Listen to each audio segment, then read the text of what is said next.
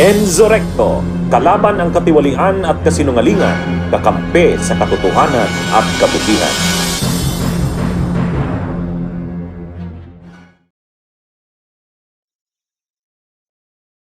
Mga kabunyog, mga kababayan, magandang araw po sa inyong lahat. Mainit itong mainit na issue ngayon itong sagot ni Ombudsman Boying Rimulya. Tungkol kasi ito doon sa mainit na issue na si Ombudsman Boying Rimulya umano ay nakipagkita sa ICC.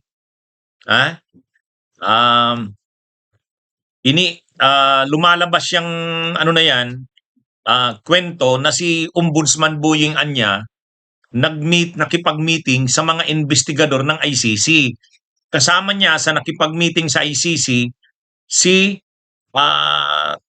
dating Senador Sonny Trillanes at saka si dating PNP Chief General Torre.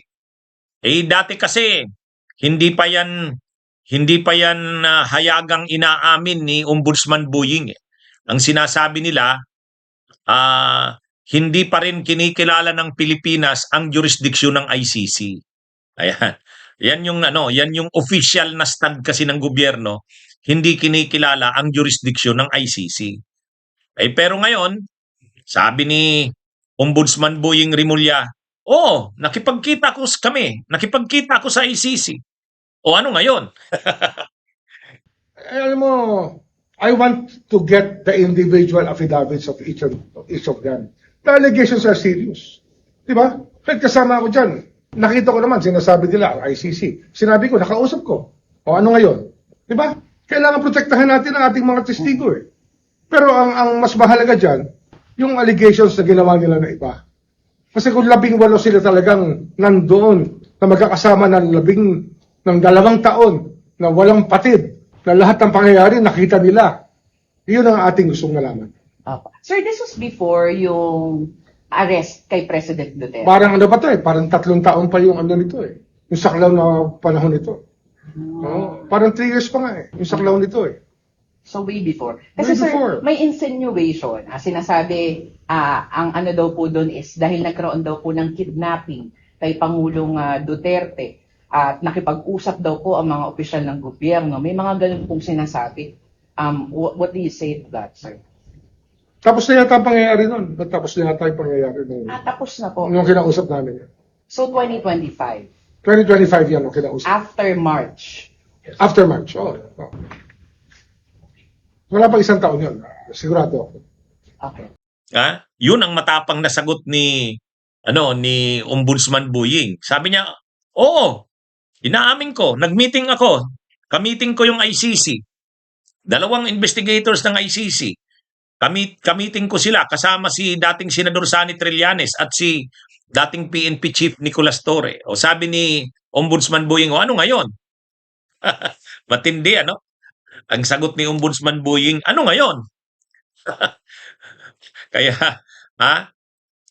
Kaya itong mga DDS, kahit paano pa ngayon yan, paulit-ulit kasi itong mga DDS na kinidnap daw si Duterte, kinidnap daw ng gobyerno, tinurn over sa ICC.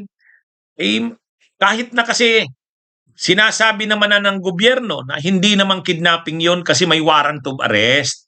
Ang kidnapping yung wala man lang legal na papel.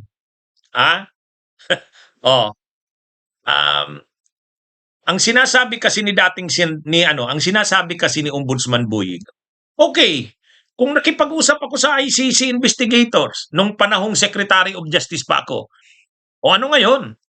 Ano ngayon? Ang maganda dito sa sagot ni Ombudsman Boying, sabi pa nung nagtanong sa kanya, ay hindi po ba sabi ninyo hindi magko-cooperate ang Pilipinas sa ICC kasi wala silang jurisdiction sa atin?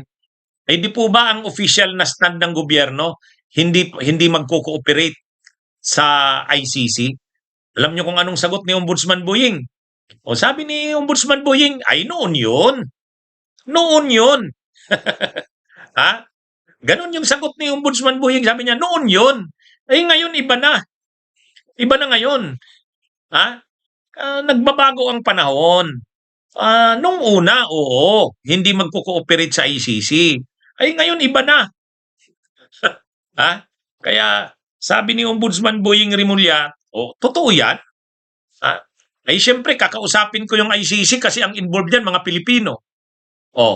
Ang mga testigo diyan mga Pilipino. Anong gagawin? Anong ano doon? Siyempre, titiyakin ko, sabi ni Ombudsman Boy, siyempre titiyakin ko anya na yung mga Pilipinong testigo ay mapoprotektahan.